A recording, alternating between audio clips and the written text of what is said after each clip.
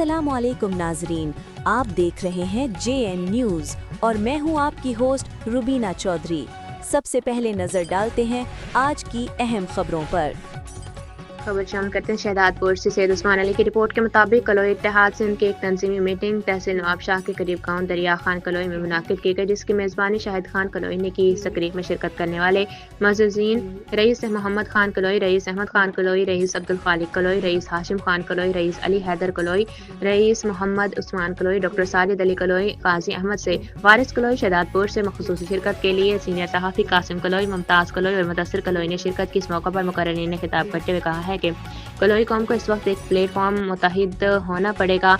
कलोई कौम एक शरीफ कौम है। इस वक्त कलोई कौम के हाथ मजबूत करने हैं, अपनी रंजिशें ख़त्म करके इस कौम के फलाह बहबूद की तरफ गामजन करना पड़ेगा। बच्चियों की तालीम पर खुसूसी तवज्जो देनी पड़ेगी ताकि कलोई कौम मुस्तकबिल में एक रोशन सितारा बनेगा।